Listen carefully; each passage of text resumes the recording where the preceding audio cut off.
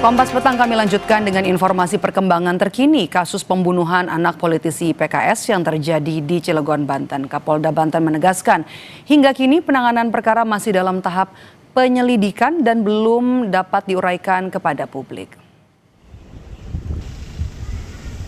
Menurut Kapolda Banten, Irjen Hengki, proses penanganan kasus telah diambil alih Polda Banten dengan melibatkan Polres Cilegon untuk mendalami fakta di lapangan. Kapolda menegaskan polisi masih melakukan penyelidikan intensif dengan memeriksa sejumlah saksi, mengumpulkan barang bukti serta mendatangkan tim Lab 4 untuk memastikan petunjuk ilmiah dalam pengungkapan kasus pembunuhan anak 9 tahun ini.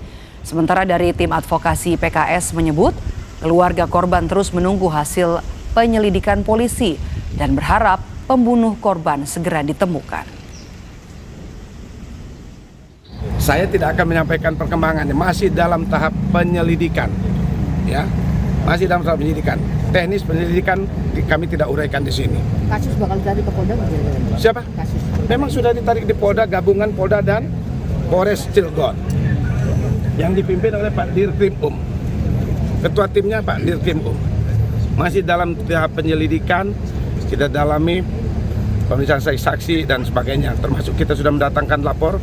Mudah-mudahan yang mendengar mencari ada informasi, segera informasikan ke kita. Karena masih menunggu ya, jadi masih menunggu hasilnya ya, dan kami juga berharap ini segera tuntas ya, segera ditemukan siapa pelakunya atau motifnya, karena juga bukan hanya ini kepentingan bagi keluarga korban saja, tapi juga ini kepentingan untuk masyarakat ya di Indonesia, karena dengan ditangkapnya pelaku kami berharap kan ada rasa aman.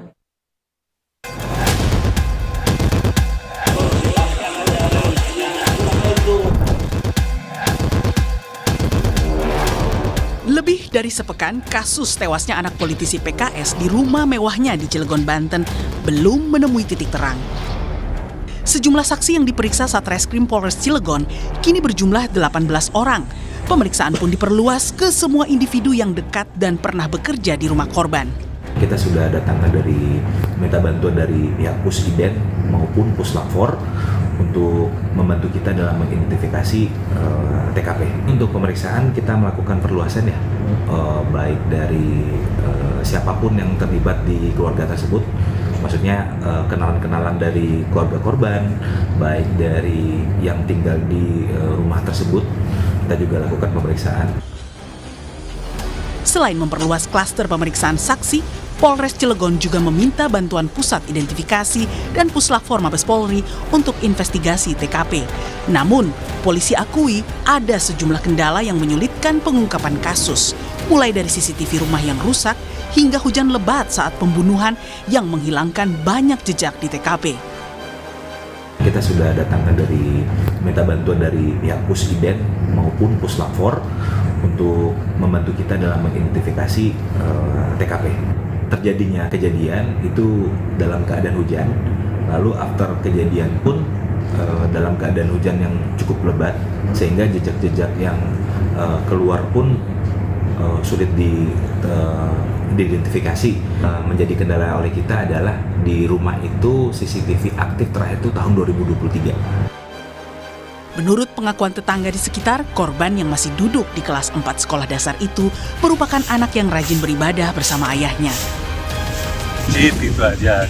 Tapi sering almarhum ke masjid itu? Rajin itu Pak, sering ketemu Pak di sana, kalau pas Jumatan gitu. Ke musola juga rajin Pak ya? Musola kalau misalnya nggak ke masjid besar ya sini, kadang-kadang tapi di sini. Soalnya yang jelas ke sana Pak. Terus paling di sekolahnya nggak tahu. Itu biasa kalau ke musola bareng sama Pak Haji Mamannya atau seperti apa? Sama Pak Haji. Di bareng gitu. Selain itu, orang tua korban dikenal baik dan sering berinteraksi dengan warga. Ya sering nongkrong, bapaknya itu sering nongkrong ke sini itu. Kadang-kadang keluar beliin kopi, gula di sini. Kasus tewasnya anak politisi PKS ini terjadi pada 16 Desember lalu. Kasus ini kini menjadi prioritas Polres Cilegon untuk diungkap. Tim Liputan Kompas TV. Bila polisi mengaku ada sejumlah kendala dalam pengungkapan kasus karena matinya CCTV dan juga hilangnya jejak di TKP karena hujan lebat saat kejadian, lalu apa yang harus digali lagi untuk bisa mengungkap pelaku pembunuhan? Kita bahas petang ini bersama dengan mantan Kabareskrim Polri Susno Duaji. Selamat petang Pak Susno dengan Maidop. Selamat petang, Maidop. Oke, Pak Susno, kita bahas satu persatu. Upaya penyelidikan harus dimulai atau mulai difokuskan dari mana jika banyak kendala di TKP, hilangnya CCTV, kemudian juga jejak yang terhapus oleh hujan, kata polisi? Baik, untuk kasus pembunuhan yang tidak tertangkap tangan, ya, dan semua perkara itu berawal semuanya dari TKP. TKP itu tempat kejadian perkara. TKP yang mana? TKP yang paling dekat dengan di mana korban ditemukan, itulah yang harus diolah. Karena di sana akan meninggalkan sidik jari, akan meninggalkan alat mungkin yang dilakukan, akan meninggalkan perbuatan-perbuatan yang dilakukan oleh pelaku. Apa itu? Yaitu jenazah dengan segala luka-lukanya. Akan meninggalkan di sekitar situ harus dicari jejak daripada tersangka. Berupa apa jejak tersangka? Bisa saja berupa jejak peninggalan, ada rambut, ada keringat dan sebagainya yang hanya bisa dilihat dengan DNA. Nah, karena DNA itu sangat-sangat kecil sekali gitu ya. Tapi itu meninggalkan jejak. Jadi CCTV memang penting. Tetapi bukan berarti kalau tidak ada CCTV lantas perkara ini menjadi mustahil untuk diungkap. Tidak. Masih ada sidik jari, masih ada DNA, masih ada bekas-bekas yang lain, masih ada alat. Jadi di sekitar TKP yang terdekat, yaitu di ruangan itu, ada tidak alat yang tertinggal, alat yang digunakan untuk melakukan kejahatan. Kalau tidak, diperluas lagi TKP-nya dari dalam ruangan atau kamar di mana jenazah ditemukan ke dalam rumah. Kalau dalam rumah masih tidak ada lagi, diperluas lagi ke halaman. Nah, halaman itu kan di situ. Pak Susno, maaf saya potong. Tadi Anda bilang soal DNA begitu ya, bisa dilihat di TKP. Di titik-titik mana saja Pak kemungkinan bisa ditemukan DNA dari pelaku?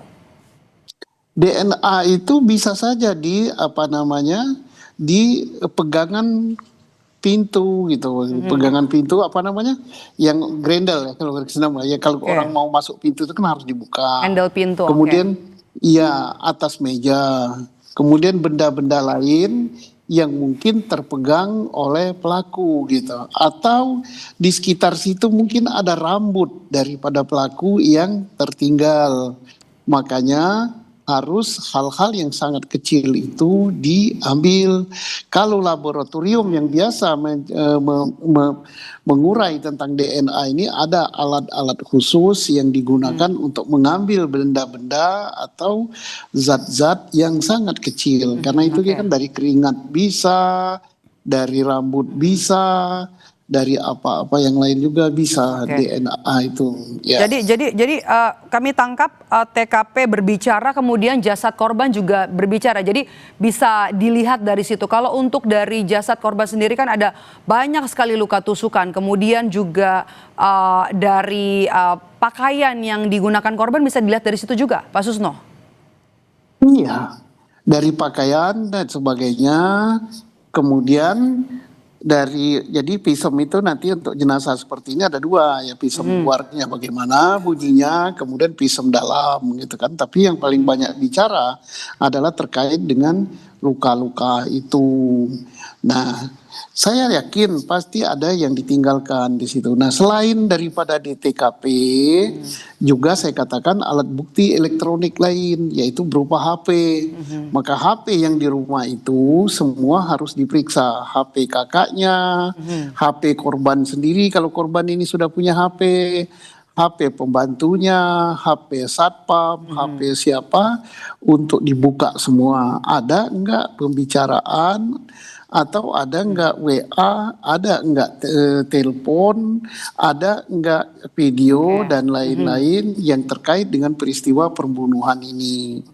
Kan banyak kejanggalan. Kejanggalan di situ apa? Kan di situ katanya ada pembantu laki, ada pembantu perempuan.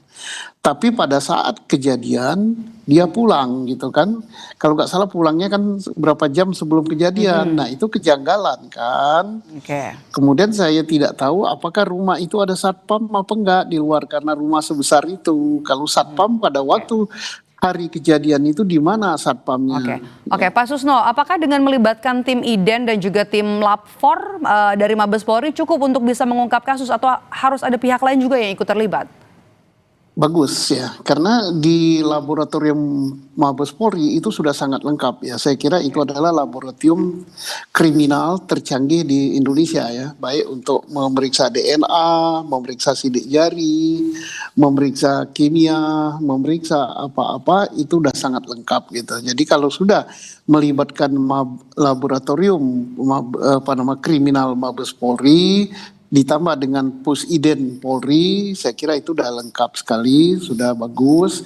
Mudah-mudahan dengan melibatkan dua kemampuan ini akan segera terungkap. Pak Susno, sebagai mantan Kabareskrim, apakah kasus pembunuhan semacam ini yang minim bukti, kemudian juga susah ada CCTV, kemudian rekam jejak juga hilang begitu karena hujan, bisa cepat terungkap? Bisa gitu kan masih ada saksi orang gitu, masih ada alat bukti lain. Sedangkan jejak di luar itu jangan dijadikan suatu alasan yang seolah-olah ini karena jejak kakinya tidak ketemu. Enggak lah. Jadi kaki dan jejak kaki yang berada di halaman terhapus karena hujan itu kan posisinya di luar. Ada jejak kaki pun belum tentu terungkap. Maka yang paling utama diolah itu adalah di dalam ruangan di mana jenazah itu ditemukan. Ya, karena pasti di badan korban itu bersentuhan saya kira dengan pelaku. Nah, kalau bersentuhan dengan pelaku ada DNA daripada pelaku di tubuh korban gitu. Jadi makanya yang harus diolah lebih matang dan sangat teliti itu adalah TKP yang dekat sekali dengan korban ditemukan. Jadi jangan langsung misalnya, wah ini karena hari hujan. Nah, kemudian alat HP-nya CCTV mati. Gitu. Kemudian yang berikut telapak kaki di halaman hilang. Tapi Pak Susno, dari pengalaman Anda sebagai Kabareskrim, untuk kasus seperti ini berapa hari atau berapa lama bisa terungkap? Tergantungnya itu adalah sangat tergantung dengan hasil daripada olah TKP.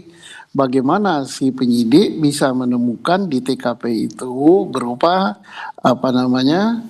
sidik jari, berupa DNA, berupa barang bukti yang digunakan untuk melakukan kejahatan ataupun barang bukti lain yang terkait dengan kejahatan ini, misalnya sarung tangan, misalnya pisau, benda tajam, benda tumpul, ataupun HP ataupun alat-alat lain yang dari pelaku yang tertinggal. Baik. Kita akan tunggu hasil perkembangan dari tes DNA yang dilakukan oleh polisi. Terima kasih sudah bergabung bersama kami mantan Kabareskrim